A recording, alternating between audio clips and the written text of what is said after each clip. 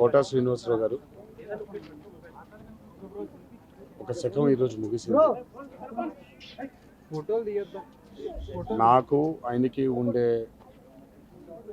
ఆత్మీయత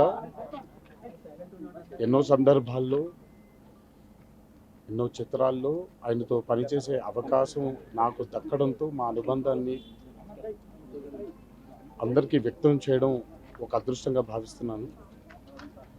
ఆ మహానుభావుడితో అంతటి మహనీయుడైనటువంటి నటుడితో పనిచేయడం పూర్వజన్మ సుకృతంగా భావిస్తున్నాను. ఈరోజు ఆయన లేకపోవడం తెలుగు ఫిలిం ఇండస్ట్రీకి ఒక తీరని లోటు. వారి కుటుంబానికి నా సానుభూతులు. ఆయన ఎక్కడున్నా ఆయన చల్లని చూపు మనందరి మీద ఉండాలి అని ఆ భగవంతుల్ని ప్రార్థిస్తున్నాను.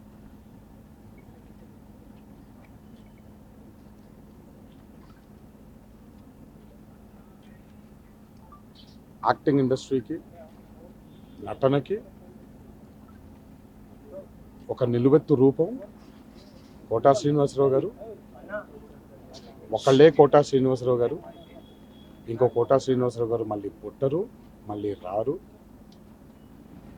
అందుకే నేను అందరికీ విజ్ఞప్తి చేసేది ఏంటంటే, ఈరోజు మనకి ఉన్న మాధ్యమాల్లో ఆయన మనకి మిగిల్చి వెళ్ళిపోయినటువంటి ఎన్నో అద్భుతమైనటువంటి పాత్రలు, చిత్రాలు ఉన్నాయి.